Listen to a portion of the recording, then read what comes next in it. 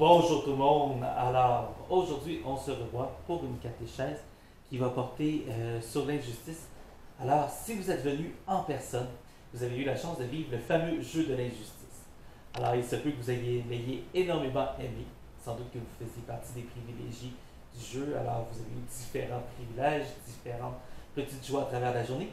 Et ça se pourrait que vous ayez été parmi les personnes qui étaient un peu exploitées dans le système, dans le jeu, et que vous ayez beaucoup moins aimé le jeu.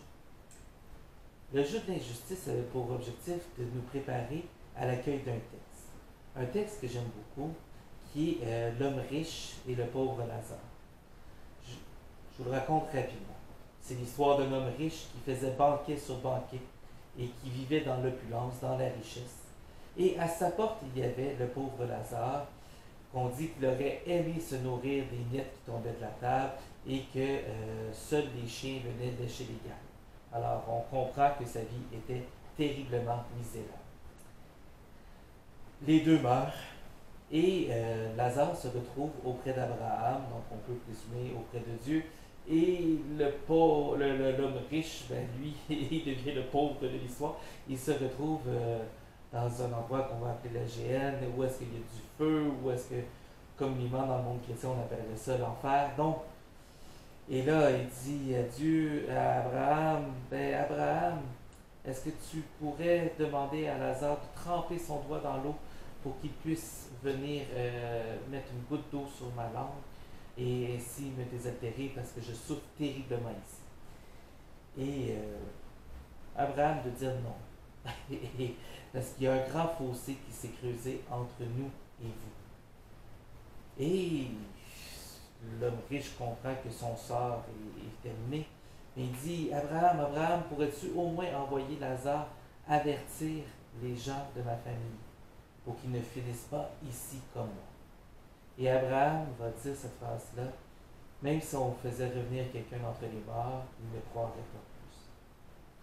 Et bien, c'est un peu la situation des chrétiens.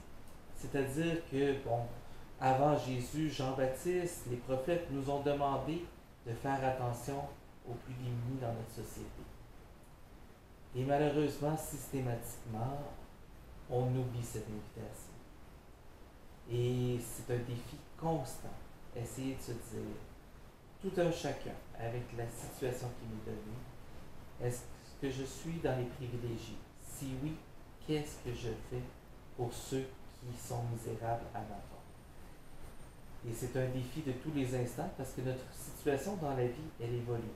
Parfois, on va peut-être se retrouver du côté de ceux qui ont besoin, mais parfois, quand on traverse la clôture de l'autre côté, parmi ceux qui sont privilégiés, ben, il ne faut pas oublier le pauvre. Alors, souvent, pendant la catéchèse, j'ai beaucoup mis l'insistance sur l'amour, sur le pardon. Jésus, pour ne pas trop le simplifier, il y a quand même une troisième clé de voûte, qui est la justice, qu'on pourrait aussi peut-être appeler le partage. Et ça, ben, il faut trouver le moyen de faire place au partage et à la justice dans notre vie. Sur ce, je ne vous retiens pas plus longtemps, je vous souhaite vraiment une belle journée. Au plaisir.